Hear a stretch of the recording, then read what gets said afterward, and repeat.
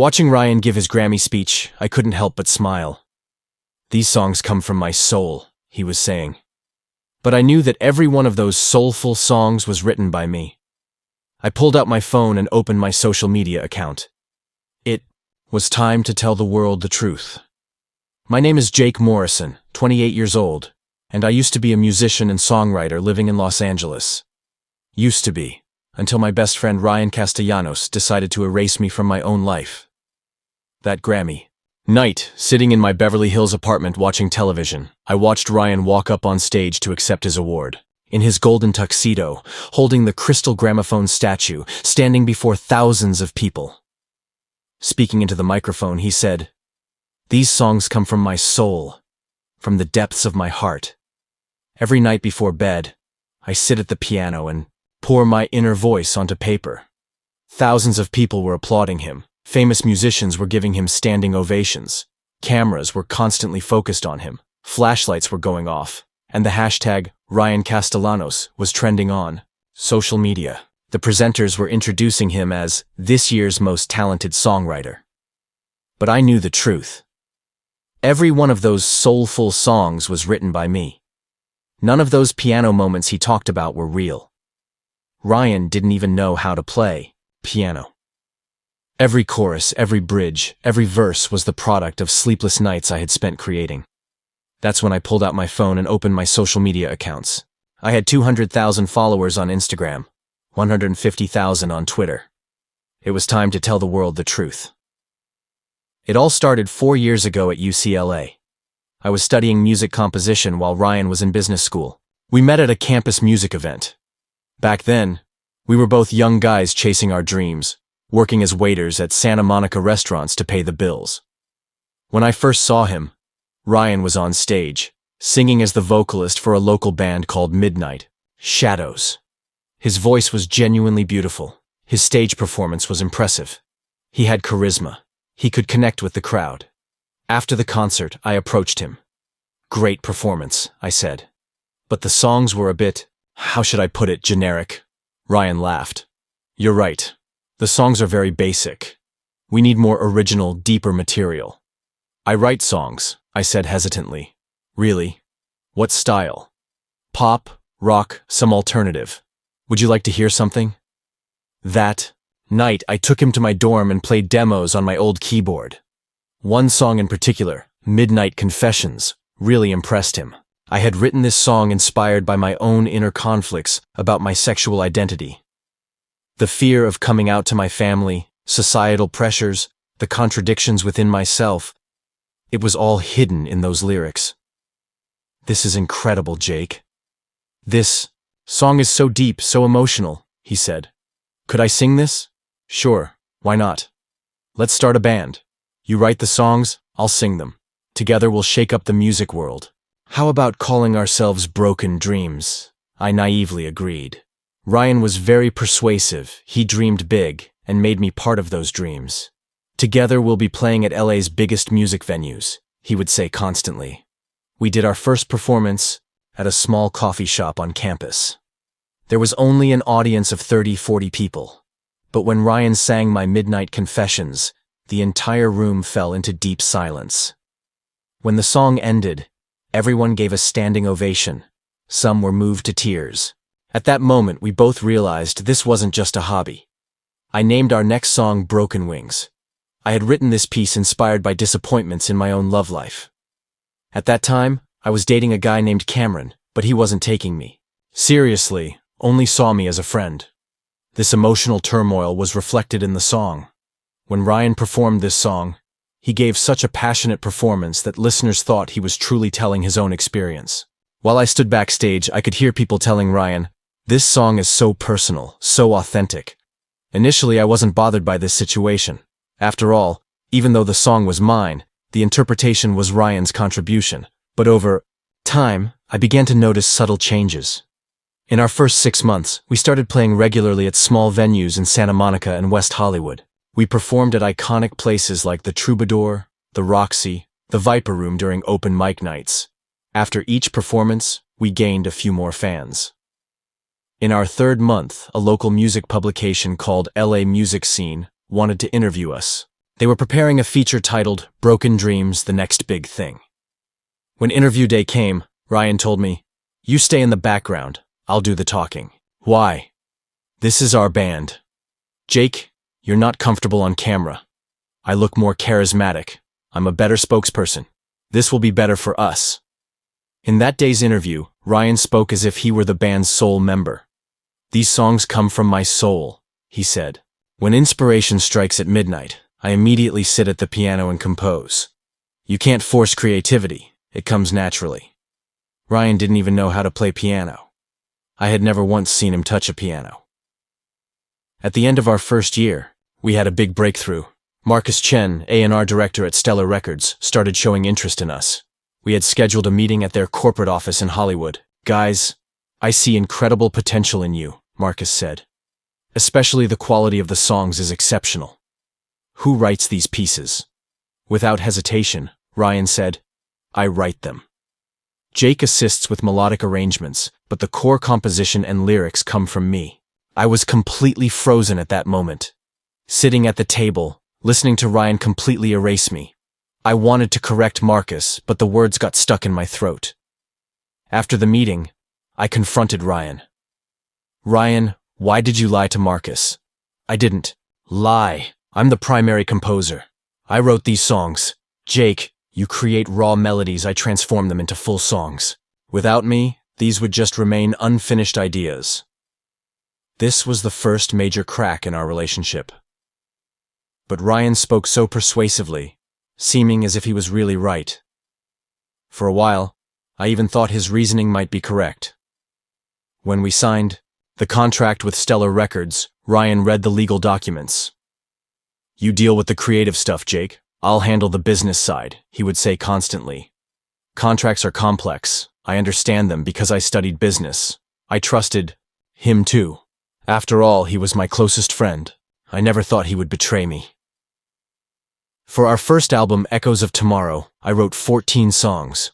I composed all of them at home during late-night hours at 3-4 a.m. when everyone was asleep. Behind each song was a personal story. Lost in Translation reflected my cultural identity crisis, invisible chains, societal pressures, and Finding Home, the desire to find true love. The album was a massive success. We sold 800,000 copies in America and reached significant numbers in Europe. We climbed to number 3 on the Billboard charts. Suddenly, we were recognized names. When we went on a national tour, Ryan's behavior completely changed. He no longer wanted to stay at the same hotel as me. "Jake, I need to concentrate on my performance. I want to stay alone on tour." But we always stayed together. Back then we were amateurs, now we're professionals. Different rules apply. Also, in interviews, he started presenting the band as if it were his own project. I'll never forget the television interview he gave on CNN. "What inspires you when writing these songs?" the anchor asked. "My life experiences are very rich," Ryan said. "Heartbreaks, losses, hopes, everything reflects in my music. Midnight Confessions, for example, is a very personal piece describing my own identity search. My heart was broken."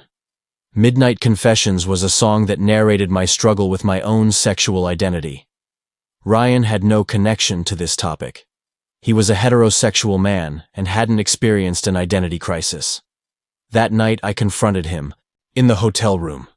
"Ryan, why did you describe Midnight Confessions as your own identity search on TV?" "What do you mean, Jake?" "That song comes from my personal experience. You're heterosexual. You didn't have an identity crisis." Ryan shrugged. "Jake, art is universal. I perform that song, so it becomes my story.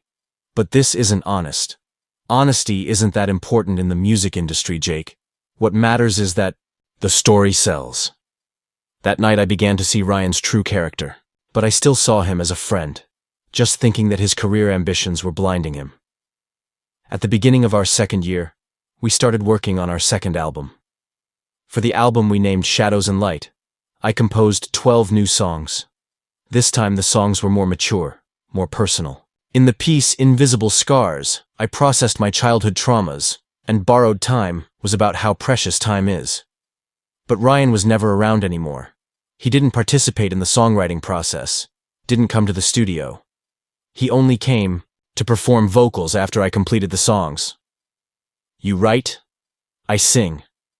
That's the division of labor, he would say. One day while working in the studio, our producer Marcus came and pulled me aside with a concerned look. Jake, I have to tell you something very important. What happened, Marcus? Ryan was here yesterday and said very bad things about you. My heart felt like it stopped. What kind of things? He said you only write basic melodies and that he creates the real songs. He also claimed that you're limited in terms of creativity and that the band's success is only possible because of him. What else did he say? Marcus hesitated. Jake, this is very harsh. Please tell me. Ryan said your gay identity damages the band's image and that he doesn't want this topic addressed in the media. He said, Jake lives too openly, this could ruin our career. These words completely devastated me. Ryan wasn't just denying my creative contributions, he was also seeing my identity as a threat. That evening I rushed home and listened to all the summer's demo recordings. Indeed, in every song there was my voice, my piano, my original compositions. Ryan wasn't featured in any of them. That night I confronted Ryan. I talked to Marcus. I heard what you said about me. Ryan's face instantly changed, but he immediately recovered. What did Marcus say? You claimed that you write the songs, that I only produce basic melodies. You also said my gay identity harms the band's image. Jake, this must be a misunderstanding. No. Ryan, enough. This situation has been continuing for a long time. You constantly minimize my contributions, maximize yourself, and now you see my identity as a problem. Ryan stood up and spoke with a harsh voice. Look, Jake, it's time to accept the realities. You're a good songwriter, I'll admit that, but I'm this band's star. People come to see me, they pay money to hear my voice.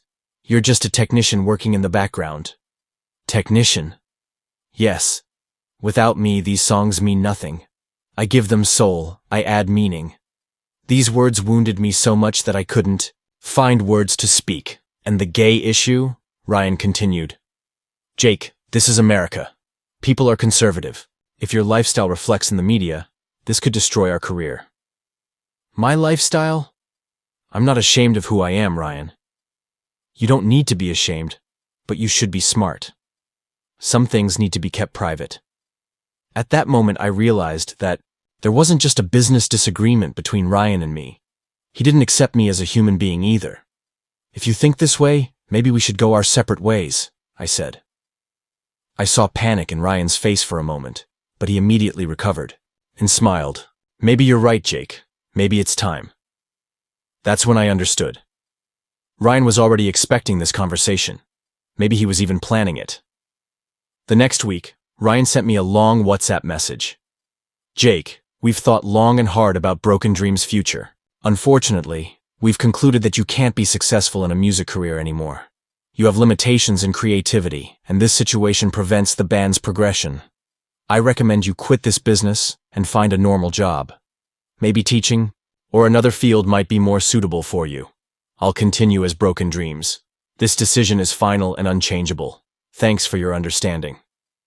When I read the message, my hand trembled. He said, we've thought. So he had discussed with other people, made plans behind my back. He wasn't just firing me from the job, he was also trying to end my entire music career. I immediately called, but he didn't answer.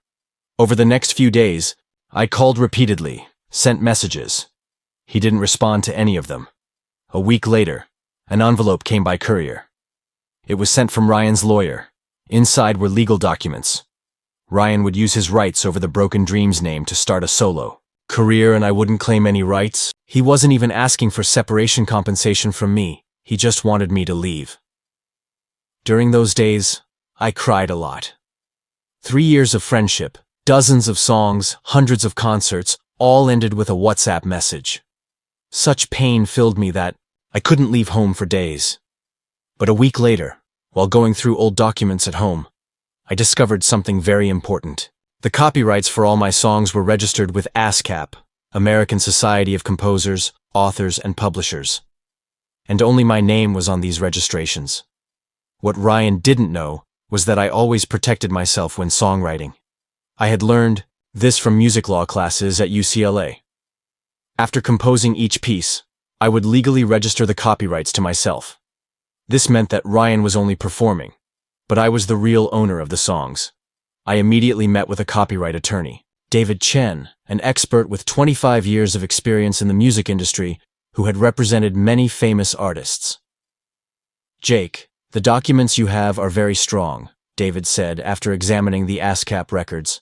"The copyrights to these songs completely belong to you. If Mr. Castellanos is using them, he needs to get permission from you. So what can we do? You have several options. You can file a copyright infringement lawsuit, or you can demand licensing fees from him. We can also send him a cease and desist letter requesting that he stop using these songs. But he's already become famous with these songs, made money." David smiled. "Then we can also demand retrospective licensing fees. We can claim 75–80% of Broken Dream's total earnings from the last 3 years. Because without songs, there's no music." A light of hope sparked inside me. Maybe I wasn't as helpless as Ryan thought. A month later, exactly on the day Ryan announced his solo career, David sent an official letter to his attorney about copyright infringement. We specified that all of Broken Dream's songs were under my copyright, and that using these songs required my permission. Ryan's first reaction was shock. That evening, he called me directly. "Jake, what are you doing? This is madness." "I'm using my legal rights, Ryan. I wrote these songs and the copyrights belong to me. But we were friends. We worked together. These songs are the product of our mutual effort. We were friends, Ryan, until you kicked me out of the band, demeaned me about my identity, and said my career was finished. Jake, please be rational. This lawsuit will harm both of us. It'll be bad news in the media." "I have nothing left to harm, Ryan. You already said my career was finished, advised me to exit the music industry. So what do you want?" "I want justice. I wrote these songs and the copyrights belong to me. Either you'll pay me licensing fees and credit me as co-writer, or you'll stop using them." Ryan remained silent for a long time. "Jake, can't we consider this matter finished? I'll write my own songs. You go your own way." "Too late, Ryan. We'll see each other in court." The lawsuit process that David prepared began. The evidence we had was very powerful. ASCAP records, original sheet music, handwritten lyrics, demo, recordings, and even voice recordings proving that Ryan had no knowledge about these songs. Ryan's attorneys tried to use the collaborative work argument as a defense.